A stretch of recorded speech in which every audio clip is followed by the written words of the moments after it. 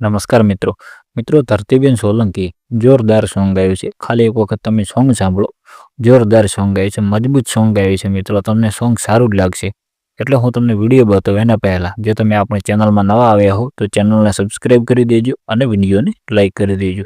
તો મિત્રો બેને એવું સોંગ ગાયું છે કે આજુબાજુની ચકલીઓ વેમમાં ફરે છે।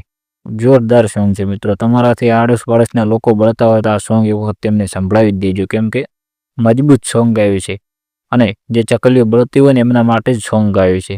એટલે તમે ખાલી એક વખત સોંગ સાંભળો અને તમને સોંગ કેવું લાગે છે તે તમે જરૂરથી કોમેન્ટ કરી દેજો। તો મિત્રો તમે આ વિડીયો જોઈ લો।